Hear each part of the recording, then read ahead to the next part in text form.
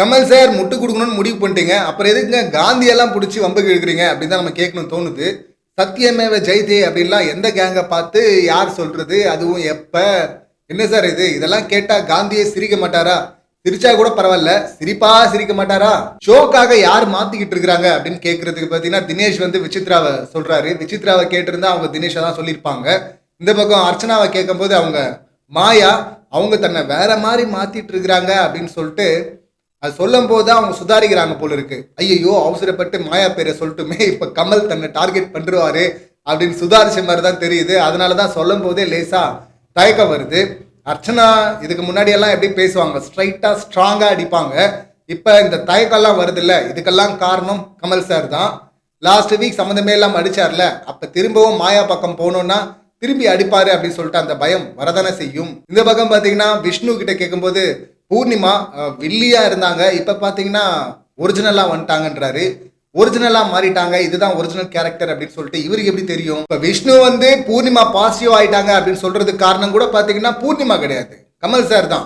போன வாரம் ஃபுல்லா அந்த பக்கம் அடிக்கல, விஷ்ணுவை சம்மந்தமே இல்லாம அடிச்சிட்டு இருந்தாரு. விஷ்ணு அழுததும் பாத்தீங்கன்னா அவங்க வந்து ஆறுதல் சொன்னாங்கல்ல. ஸோ இப்ப இவங்க நல்லவங்க, இதுதான் ஒரிஜினல் அப்படின்னு சொல்லிட்டு கமல் சாருக்காக சொல்றாரு. இதே கமல் சார் போன வாரம் பூர்ணிமாவை வச்சு செஞ்சு விட்டுருந்தாருன்னா அப்ப இந்த விஷ்ணு இப்படி சொல்லுவாரா?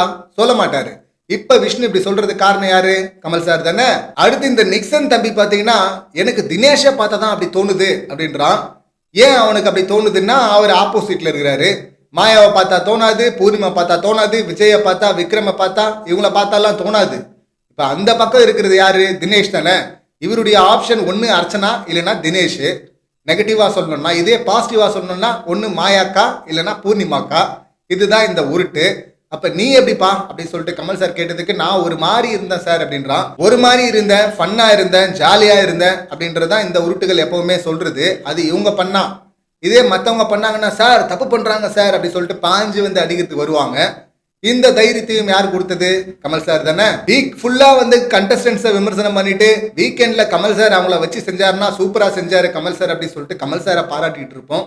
இப்ப என்னடானா கண்டஸ்டன்ஸ் எல்லாரையும் விட்டுட்டு இந்த கமல் சாரையே விமர்சனம் பண்ண வேண்டிய சுச்சுவேஷனை நம்மள தள்ளிட்டாரு. இப்படி இந்த சுச்சுவேஷன்ல நம்மள தள்ளிட்டு இதுல வேற சத்தியமேவ ஜெயதே அப்படின்லாம் பேசினா சிரிப்பு தானே வரும். பூர்ணிமா ஓயாம பாக்குற எல்லாருமே வந்து மூளை இல்லாத முட்டாள் அப்படின்னு சொல்லிட்டு இருந்தாங்க. அப்பெல்லாம் அதெல்லாம் கண்டுக்காம விட்ட கமல் சார் பார்த்தீங்கன்னா இங்க அர்ச்சனா முட்டாள்களுக்கு முட்டை அப்படின்னு வச்சாங்கல்ல, ஒரு காமெடி அப்படின்னு நினைச்சு பண்ணாங்கல்ல, அந்த காமெடியை போன வாரம் வச்சு செஞ்சது மட்டும் இல்லாம இந்த வாரமும் வந்து இனி வரப்போற வாரமும் சரி எப்பெல்லாம் எவிக்ஷன் வராரோ அப்பெல்லாம் வந்து முட்டை முட்டை முட்டை அப்படின்னு சொல்லிட்டு காமெடின்ற பேர்ல அர்ச்சனாவை தான் அட்டாக் பண்ண போறாரு. Brutal attack. தப்புன்னு உணர்ந்து மாத்திக்கிற மனசு இருந்தா குணமும் மாத்திக்க கூடியதுதான். அப்படி இருக்கும்போது குணம் மாறலன்னா பரவாயில்ல, மனம் மாறினா போதும் அப்படின்றதெல்லாம் என்ன உருட்டுன்னு தெரியல எனக்கு.